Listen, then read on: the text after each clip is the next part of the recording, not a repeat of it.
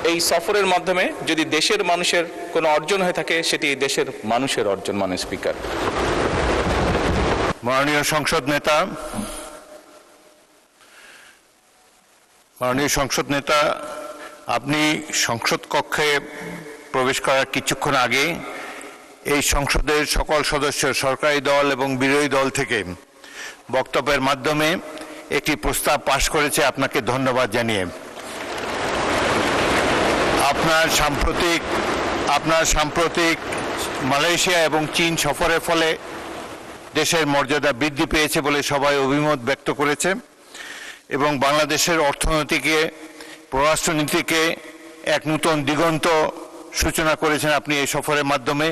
সেজন্য আপনাকে ধন্যবাদ জানাচ্ছি এই সংসদের পক্ষ থেকে। Welcome back to this parliament. আপনি কিছু বলতে চাচ্ছেন? জি মাননীয় স্পিকার, আমি কিছু কথা বলতে চাচ্ছি। বিসমিল্লাহির রহমানির রহিম। মাননীয় স্পিকার, যে বিষয়ের উপরে আমাকে ধন্যবাদ জানানো হয়েছে এই সংসদের পক্ষ থেকে, তার জন্য আমি আন্তরিকভাবে কৃতজ্ঞ এবং আন্তরিকভাবে সকল সদস্যকে ধন্যবাদ জানাচ্ছি। মাননীয় স্পিকার, এখানে মূল বিষয় এটি হচ্ছে যে বাংলাদেশের মানুষ আমাদেরকে দায়িত্ব দিয়েছে তাদের স্বার্থ দেখার জন্য। আমাদের দলের অবস্থান থেকে আমরা একটি স্লোগান ব্যবহার করি, সেটি হচ্ছে যে বাংলাদেশ ফার্স্ট বা বাংলাদেশ প্রথম।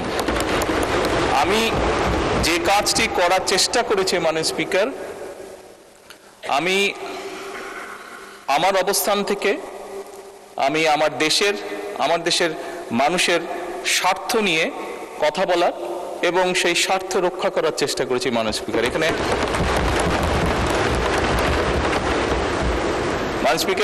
আমাদের কারোরই কোনো ব্যক্তিগত কোনো বিষয় নেই। এটি যদি কোনো কিছু অর্জন হয়ে থাকে, ভালো কোনো কিছু অর্জন হয়ে থাকে, এটি বাংলাদেশের অর্জন।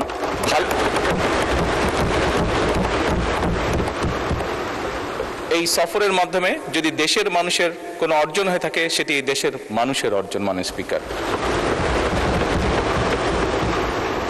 তবে মাননীয় স্পিকার, যেহেতু সংসদের সকল সদস্য, বিশেষ করে বিরোধী দলীয় নেতা, উনিও উৎসাহ প্রদান করেছেন দেশের জন্য, দেশের মানুষের পক্ষে কাজ করার জন্য, সেজন্য আবারও আমি আমার ব্যক্তিগত পক্ষ থেকে সকল সদস্য, বিরোধী দলীয় নেতা সহ সকল সদস্যকে আন্তরিকভাবে ধন্যবাদ জানাচ্ছি।